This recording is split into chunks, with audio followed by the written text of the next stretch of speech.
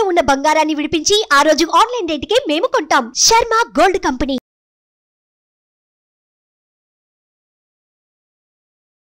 నమస్తే, welcome to Suman TV. నేను మీ యామ్ని.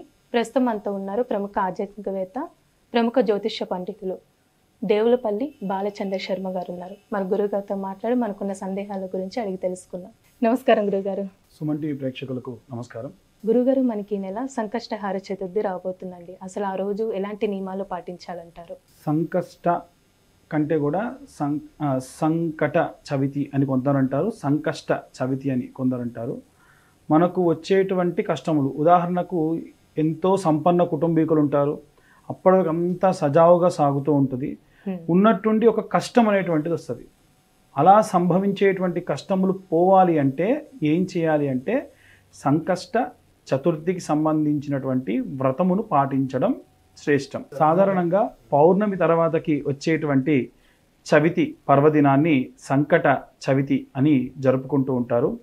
ఈ సంకటహర చవితికి సంబంధించి రోజంతా కూడా ఉపవాస దీక్ష చేస్తూ, ఉపవాసం అంటే ఏదైనా సరే పాలు పండ్లు ఒక 10 నిమిషాల్లో అరిగిపోయేటువంటి పదార్థాన్ని స్వీకరించి ఆ రోజున సాయంత్రం వరకు కూడా ఉండి, దేవాలయానికి వెళ్ళేవారైతే దేవాలయానికి వెళ్ళి, లేదు దేవాలయానికి వెళ్ళకుండా ఇంట్లో ఉండేవారైతే ఇంట్లోనే ఉంటూ స్వామివారికి ఇష్టమైనటువంటి ఉండ్రాలు కానీ అటుకులు బెల్లము కానీ నివేదనగా చేసుకొని, కొబ్బరికాయ నివేదనగా చేసుకొని, గరక అంటే దూర్వార పత్రములని 21 పత్రములు ఉంటాయి. మనకు అన్ని దొరకని పక్షంలో తులసి, మారేడు, అలాగే గరక, ఈ మూడిటినన్నా స్వామివారికి 21 నామములు స్వామివారి చెప్పుకుంటూ పెట్టి సమర్పించి, హోమాది క్రతువులు జరిగితే హోమం అయిన తర్వాతకి చంద్ర దర్శనం చేసి వారి యొక్క ఉపవాస దీక్షని విరమించుకుంటారు.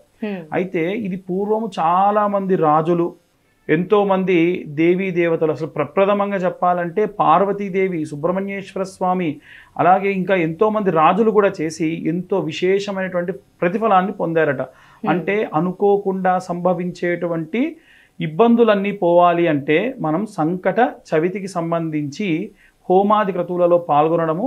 అయితే ఆశ్వీజ మాసంలో దీన్ని ప్రారంభిస్తే మనకు ఖచ్చితంగా భాద్రపదానికి సంబంధించి 11 నెలలు పూర్తవుతుంది. అలా ఈ 11 నెలలు కూడా దీక్ష చేసి 11 నెలల తర్వాతకి ఉద్యాపన చేసుకోవచ్చు. ఇలా చేయడం వల్ల జాతకరీత్యా ఉన్నటువంటి దోషములు కానీ, అనుకోకుండా వచ్చినటువంటి బాధలు కానీ అన్నీ పోయి అనుకూల ప్రతిఫలాలన్నీ కూడా లభిస్తాయి. అంటే ఈ వ్రతంకి సంబంధించి ప్రత్యేకమైన నియమాలు అంటే ఏంటండి? ఉదయాన్నే సూర్యోదయాన్నే లేచి రోజంతా కూడా వీలైనంత వరకు, అంటే అన్ని శ్లోకాలు అన్నీ చెప్పలేని వారు ఓం గం గణపతయే నమః అన్న మంత్రాన్ని 108 మార్లు లేదా 500 ఒక్కసారి లేదా 1000 ఒక్కసారి రోజు మొత్తంలో చదవడం చేయడం వల్ల, అంటే దీక్షలో ఉన్న వాళ్ళు ఇవాళ నేను దీక్షలో ఉన్నా ఏమి తినని టీవీ గట్రా ఇంకేమి చూడకుండా వీలైనంత వరకు వారు దైవనామ స్మరణ చేస్తూ ఉండడం వల్ల వారి జాతకరీత్యా లేదా వారు అనుకోకుండా వచ్చిన కష్టములన్నీ కూడా తొలగిపోయి ఆనందంగా ఉంటారని చెప్పడం జరిగింది. గురుగారు, ఇప్పుడు మనం వినాయకుడికి ఎక్కువగా గరికతో పూజిస్తామండి. అసలు గరికకి వినాయకుడికి సంబంధించిన ప్రాముఖ్యత ఏంటి? అసలు మనకి గరిక అంటే చాలా తక్కువైనటువంటిది అని ప్రమాణం. అంటే సీతాదేవి కూడా అశోకవనంలో రావణాసురుడికి ఆ గరికను చూయించి దీనితో సమానం అని అమ్మవారు చెప్పిందట. గరిక, దర్భ ఇవన్నీ కూడా చూడడానికి చాలా స్వల్పమైనటువంటిగా ఉంటాయి, కానీ విశేషమైన ఫలితములను ఇస్తాయట. ఈ యొక్క గరికతోని గణపతికి పూజించడం వల్ల వారికి అంటే అంతకంటే ఇంకా తక్కువైనటువంటి ఇంకేం ఉండవు కదా, వాటితో పూజించిన చాలు నేను సంతృష్టున్నవుతా. ఇక్కడ మనం పూజాది విధానాలకు వెళ్ళేసరికి చాలా మంది కొన్ని లక్షలు పెట్టి పూజ చేశాము, కొన్ని కోట్లు పెట్టి పూజ చేశాము, దీన్ని ఏమంటారు, శక్తి అంటారు కదండి. అంటే వారి శక్తి అలా ఉంది. కానీ స్వామివారికి కావాల్సినది కాదండి. మీరు ఎంత శక్తివంతులైనా అనవసరం, వారికి కావాల్సింది స్వామివారికి భక్తి. మీరు భక్తితో గరిక పోచ పెట్టినా చాలు నేను సంతుష్టున్నవుతా. కలౌ చండీ వినాయక అని అంటారు. కలియుగంలో గణపతి మరియు చండీ దేవత ఆరాధన చేయడము, దాంట్లో గణపతికి గరకతోని దండ వేయడము, గరక అంటే మళ్ళీ ఎలా పడితే అలా రెల్లు పొదల్లో లేదా ఎక్కడ పడితే అక్కడ వచ్చినటువంటిది కాదండి. గరిక అనే దాంట్లో గడ్డి ఎలా అయితే మనకు కనిపిస్తూ ఉంటుందో అదే శ్రేష్టంగా ఉండాలి. ఇతరత్ర కొన్ని పిచ్చి మొక్కలు కూడా వస్తాయి, అవన్నీ కూడా కలిపి గరకగా వేయకూడదు. ఈ గరకని కనీసం ఒక లెక్క ఏమిటనంటే 11 పోచలు ఉండాలి, లేదా 21, 41.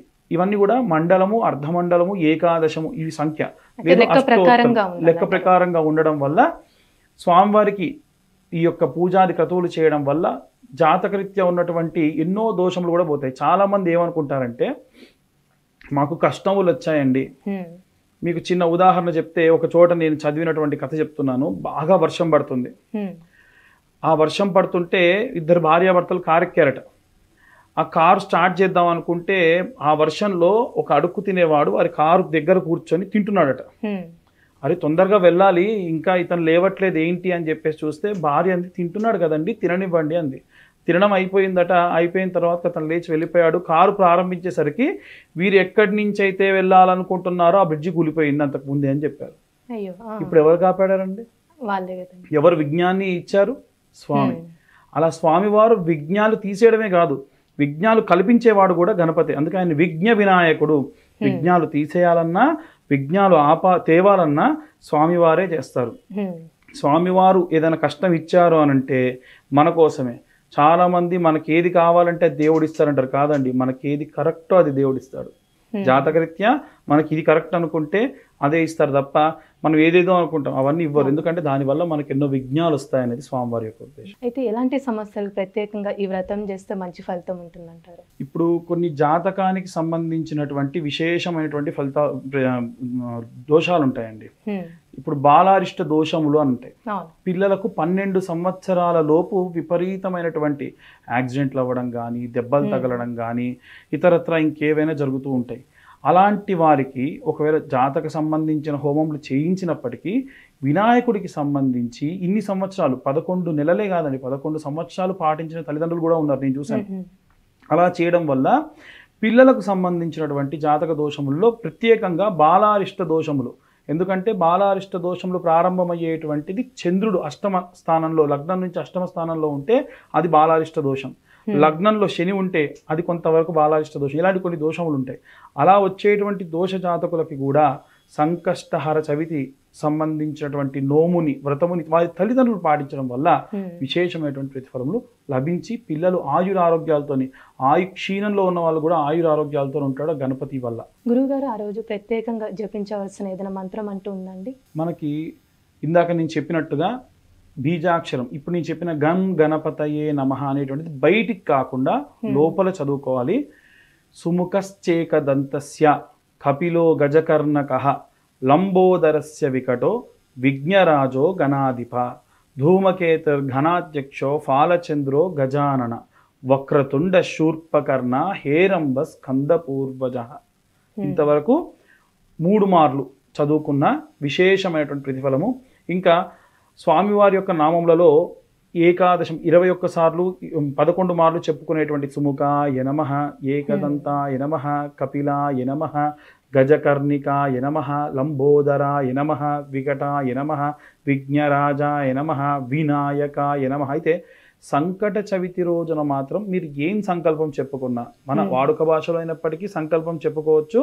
అక్కడ చెప్పేటప్పుడు సంకట వినాయకాయ నమః, సంకట గణపతయే నమః అంటే సంకష్టముగా వచ్చేటువంటి ఆ యొక్క దోషములన్నీ పోవుగాక అని మనసులో సంకల్పించి ఇప్పుడు నేను చెప్పినటువంటి మంత్రం చెప్పుకోవడం వల్ల మీ యొక్క దోషం అంటే ఆ యొక్క సంకష్టములన్నీ కూడా తీరిపోతాయి. చాలా చక్కగా తెలియజేశారు గురుగారు, ధన్యవాదాలండి.